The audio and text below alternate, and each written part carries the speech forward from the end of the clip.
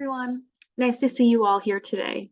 First off, I wanted to thank you all for this amazing opportunity to apply for your grant through SAMHSA, the Substance Abuse and Mental Health Services Administration. It is an honor to be considered for your National Child Traumatic Stress Initiative grant.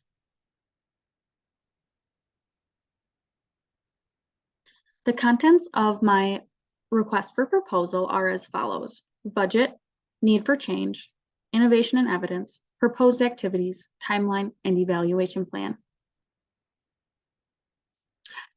As you know, childhood ACEs, or adverse childhood events, are exponentially growing within our communities.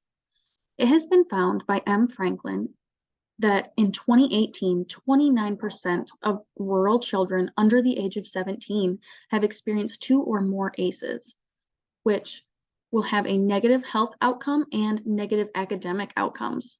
Children are experiencing lower reading levels and delayed speech, which is affecting their academic success at school. To combat this growing issue in our field, I propose that we implement TBRI, or Trust-Based Relational Intervention, in our local school system. TBRI is a proactive intervention that focuses on how children's trauma can affect their brain chemistry, and as a result, their choices and actions are affected as well, along with their brain chemistry. The first step in this process would be to train all of the staff at Small Town Elementary to create more staff buy-in and opportunities for learning and professional development. As a result of more staff buy-in, the community buy-in would also increase over time.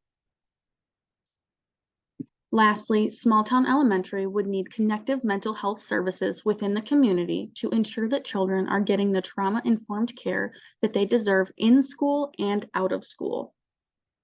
Along with all of these needed action steps comes a creation of a blueprint. A blueprint would allow for the committee to visually see how to implement TBRI step by step into the educational setting, along with a checklist of all needed resources. The amount that we are requesting for this project is $250,000. A majority of our budget will be going towards our non-personal expenses of 67.6%, and this will be of our contractual employees, our conferences, travel and mileage expenses, and supplies. Our supplies are the most expensive portion because the supplies would need to be needed to create a sensory room for the children that would allow them to safely meet their sensory and emotional needs. Employee benefits, such as workman's comp and health insurance, would be another 17.7% of our budget. Our indirect expenses, such as staff turnover, need for more staff, and new training, will be 10% of our budget. Lastly, our personal expenses would be 5.7% for the school social worker salary, the payment for staff documentation time, and training pay. These will be matched by the school district. Therefore, our funds were less than they would have been if they weren't matched by the school district. TBRI is a very sustainable, innovative, and evidence-based intervention to implement within the school system because the bulk of the work comes from in the first 3 years of the grant, getting all of the staff trained and getting them the proper resources that they need to implement TBRI into their classrooms. Since there will be a blueprint being created for future reference, adjustments will be easily accommodated and decided as a team. Maintenance of the projects would be simple once the sensory rooms are in place because there would be a checklist of all of the sensory tools and emotional tools used when the child is utilizing it. As you can see here, this is a roadmap of connectivity, and we can use this kind of as a blueprint on where to start with TBRI.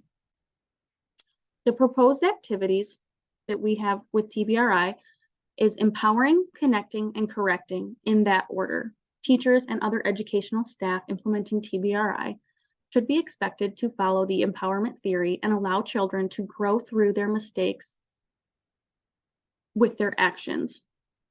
They should also create sustainable relationships with these children with yeses in a way that when correction does need to happen, their emotional banks are not being emptied when there's a no. As I stated at the beginning of our grant proposal, the time frame for us is 3 years. As you can see here, I have included action steps that will be evaluated at the end of the first, second, and third years. This will allow for accountability and fidelity for the entire school system. Our evaluation plan of the data collection will look like these charts behind me. These will be utilized as evaluation tools to ensure that the TBRI practices are in fact being implemented into the classrooms as they are expected. This one right here is a nurture group daily log, which is another part of the TBRI intervention. And this one here is the ideal response daily log. And this will go over if the teacher is utilizing playful engagement, structured engagement, calming engagement, and proactive engagement. I'll leave you with this. 38.9% of families are living below the poverty line in Rose City, Michigan, our small local community. Our children are screaming for help, and it is time for us to provide them with the proper care and services that they need to help them work through their trauma.